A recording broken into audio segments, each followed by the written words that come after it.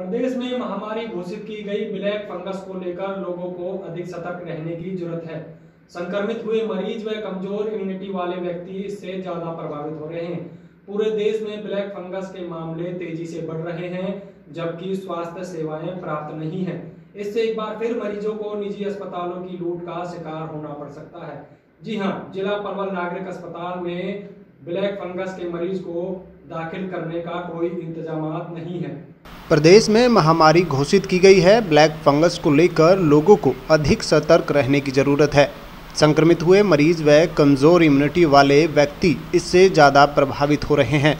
पूरे देश में ब्लैक फंगस के मामले तेज़ी से बढ़ रहे हैं, जबकि स्वास्थ्य सेवाएं पर्याप्त नहीं हैं। इससे एक बार फिर मरीजों को निजी अस्पतालों की लूट का शिकार होना पड़ सकता है। जिला नागरिक अस्पताल पलवल में ब्लैक फंगस के मरीजों को दाखिल करने का कोई इंतजामात नहीं है। जिला पलवल में अभी तक ब्लैक फंगस के एक मरीज की पुष्टि हुई है।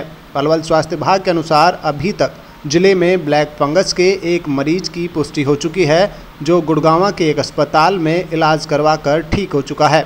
आपको बता दें कि यदि कोई मरीज़ पलवल में ब्लैक फंगस से संक्रमित होता है तो उसे नल्लर मेडिकल कॉलेज रेफर कर दिया जाता है। हरियाणा में ब्लैक फंगस के केस तेज़ी से बढ़ रहे हैं। प्रदेश में अभी तक 398 के करीब ब्लैक फंगस मरीजों की पुष्टि हो चुकी है। इसलिए राज्य सरकार ने सबसे पहले इसे महामारी घोषित कर दिया है। ब्लैक फंगस क्या है कि कुछ लोगों के अंदर कोविड होने के बाद में इम्यूनिटी, वैसे तो कोविड होता उनमें जिनमें इम्यूनिटी थोड़ी सी कम होती है, या फिर कोविड होने के बाद में उनकी इम्यूनिटी और कम हो जाती है, तो जो म्यूकोरमाइकोसिस है, जिसे ब्लैक फंगस भी कह सकते हैं, जो हवा में रहती है, वो उनके सांस के माध्यम से या साइनसिस में, दांतों में चली जाती है, और उसकी वजह से dental related problem, sinus related problem या नोज़ के अंदर इन्फेक्शन, ये सब सामने आने लगता है। ब्लैक डिस्चार्ज भी किसी किसी को सामने आता है, ब्लीडिंग भी होने लगती है। और इस प्रकार के अगर किसी को लक्षण सामने आते हैं तो उनकी जांच की जाती है।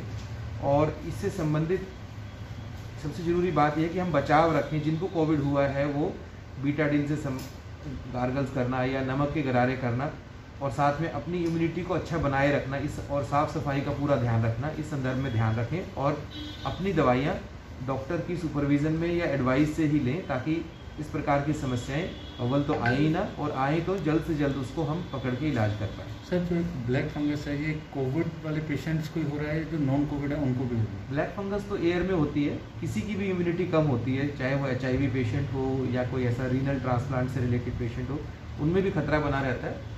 ये पोस्ट कोविड पेशेंट्स में सामने आ रहे हैं केसेस, प्रदेश में या देश में जगह जगह ऐसे केसेस सामने आ रहे हैं, और अर्ली डायग्नोसिस ही मैं समझता हूँ इसके लिए ज़रूरी है कि पहले जल्दी से जल्दी डायग्नोज किया जा सके, ताकि उसका इलाज जल्द से जल्द हो। सर, जिले में भी कोई केस आया ब्लैक फंगस का?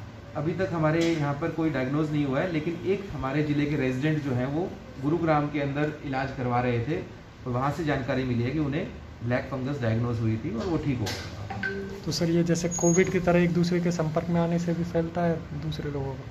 नहीं, ये सब मैं तो बता रहा हूँ, जैसे हवा में ही होता है और फंगस, और कॉमन फंगस है, और एक से दूसरे में फैलने की बात इतनी नहीं है जितनी कि नेचुरली इम्यूनिटी कम होएगी उसको फैल सकती है। किस तरह की तैयारियां हैं अपने पलवल जिले में, व्यवस्थाएं कैसी? सबसे ज़्यादा ज़रूरी बात तो जागरूकता की है कि सब लोग जागरूक रहें। जो ट्रीटमेंट दी जा रही है कोविड पेशेंट्स को, उनको समुचित तरीके से इलाज दिया जाए, ताकि उनको कोविड ये वाले जो ब्लैक फंगस का इन्फेक्शन ना हो। और इसके लिए साफ़ सफाई का ख़ास तौर से ध्यान रखना, और साथ में स्टीरॉइड्स की डोजेज़ ऑप्टिमल डोजेज़ में उनको देना, शुगर का कंट्रोल अच्छे से बना के रखना, ये सब चीज़ें ध्यान रखना ज़रूरी है। तो इसका जो उपचार है वो पलवल के नागरिक अस्पताल में किया जाता है मरीजों का, या कहीं? देखिए, स्टेट की गाइडलाइन के हिसाब से होता है। हमारे पास में इसके लिए ट्रेनिंग दी गई है। जो ENT स्पेशलिस्ट है, डेंटल स्पेशलिस्ट है, उन्हें इसको डायग्नोज करने के लिए, ट्रीटमेंट करने के लिए ट्रेनिंग दी गई है। लेकिन क्योंकि एक स्थान पे सभी चीज़ें नहीं हो पाती, तो जो दिशा निर्देश हैं वह यही है कि मेडिकल कॉलेजेस के अंदर ही इनका इलाज किया जाए। तो हमारे मेडिकल कॉलेज नल्लड़ और अल्फला मेडिकल कॉलेज के अंदर इससे संबंधित रेफरल सेंटर बनाए गए हैं। डायग्नोज करके जिले के कोई भी केस होंगे उन्हें मेडिकल कॉलेजेस में भेजा जाएगा, जहाँ पे इसके संबंधित जो दवाइयाँ उपलब्ध रहती हैं और वो इलाज किया जा सकता है।